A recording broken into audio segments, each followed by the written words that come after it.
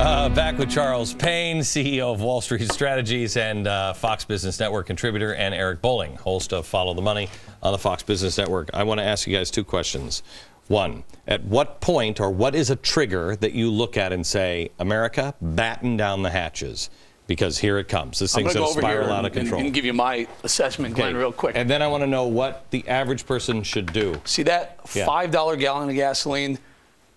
$300 billion a year shipped right overseas. Consumers, that'll kill them. It'll make. By the way, when that goes up, everything goes up. Food goes up, wheat goes up, corn goes up. Cotton right now is the highest price it's traded since before the Civil War, including the cotton shortages during the Civil War. So $5 a gallon gasoline, you say, look out. That's your trigger right there. And what do you do about it? What does the average person do? I'm telling you, I've said it for years. You and I, Glenn, we've been talking about it here. Buy gold. It's a real stuff. It's a real deal. It's not everybody can afford that anymore. I don't disagree with the trigger. It could even be 450. I don't disagree with the trigger. And it's not even the numbers that Eric talked about. It's a psychological. Nothing affects Americans more than high gas prices. When they go fill up and they notice that instead of spending a 20, I'm spending a 50.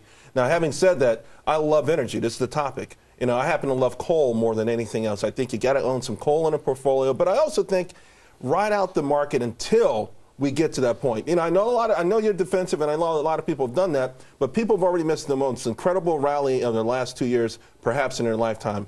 I think it can continue. I think we can win this war. Here's what I'm saying. It's one thing to talk about, you know, with Neil, he's talking to the business people, talking to the regular person on the street. They got money in 401k, and they're lucky to make anything else to have any kind of cash. Look what's going on, Glenn. There are 14.5 million people out of work. The labor market, bad. The housing market, you said it yourself, prices continue down. Two of the three markets, the only thing not going down is the stock market. If you have $4 to $5 in gasoline, here's my recommendation, America. You have $4 to $5 gasoline coming, and they're saying, you know, this means real trouble.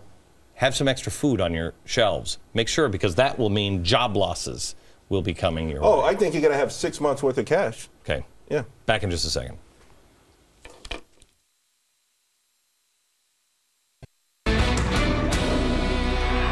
Personal note tonight,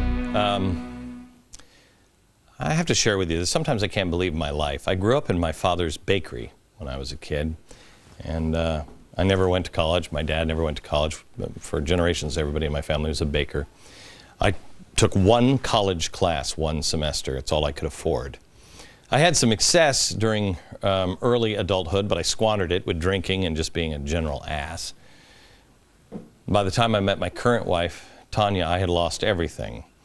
And when Tanya finally gave up and said she would marry me, she thought that I would probably be a garbage man. That was my potential, and quite honestly, we were both pretty excited about that being our potential. I find myself in remarkable times, standing with you in these incredible historic times. I have been pondering some things, some of the hardest things that I've ever had to deal with in my life for several months. About 8 months ago, as I was beginning to think some things through, I wanted to meet with this man, Reverend Billy Graham. But when I called, you know, you just don't call the Reverend Billy Graham and say, hey, I want to meet you. They said, no, he doesn't think it's time. Well, time passed. About 2 weeks ago, I was standing in the hallway with somebody, and I said, I just have to talk to Billy Graham. Well, 2 days later, a phone call came in, and it was Reverend Billy Graham. Said he wanted to meet with me. I guess the time was right now. We had scheduled an hour for last Saturday, and it went on for 3 hours. When I went to Billy Graham's mountaintop home in North Carolina, I really didn't expect that I would be having Chinese food, chopsticks and all, with him, but I did. I spoke of a growing darkness and evil. He spoke of a greater growth of light. I remember growing up as a kid, watching him on TV in the summer in my grandparents' house. They'd have his crusade on, and like most kids, I guess, I wasn't really into the message necessarily. But I was struck by the sheer size of it. I've been thinking a lot about those religious Billy Graham crusades. You don't see them on television anymore. I can't even imagine them happening in America like that anymore, let alone being covered by a network or on television.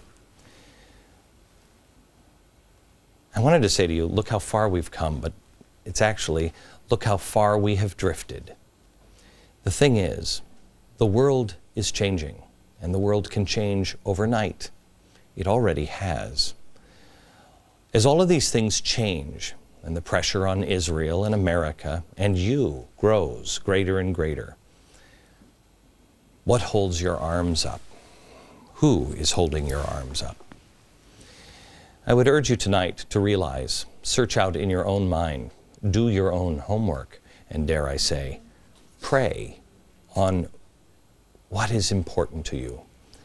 Decide for yourself whether the perfect storm is here, whether it even exists, if the rain has begun to fall, and if this is a storm unlike the world has seen in a long, long time, if ever. You, as a citizen, not only of this country, but of all mankind, have a responsibility, and you have an important role to play.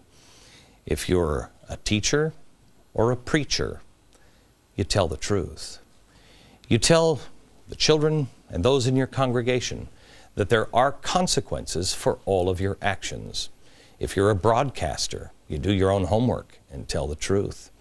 If you're a guy like me with the potential of being a garbage man one day,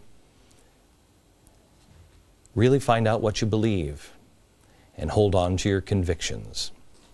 Reverend Graham said one thing to me as he left, or as I left him. He said, "Glenn, don't worry.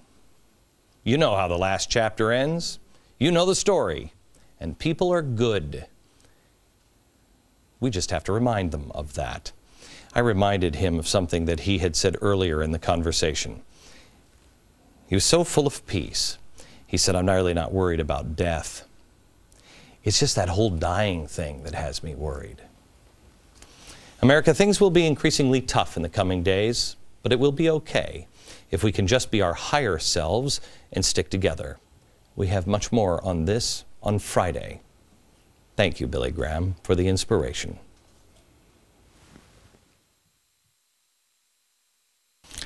Here are the union members that are protesting me. That's fine. I want you to know, as union members, I'll stand with you. I just won't stand with this guy, the guy you're standing with, who is standing with this guy and this guy and this guy, who are standing with these people. From New York, good night.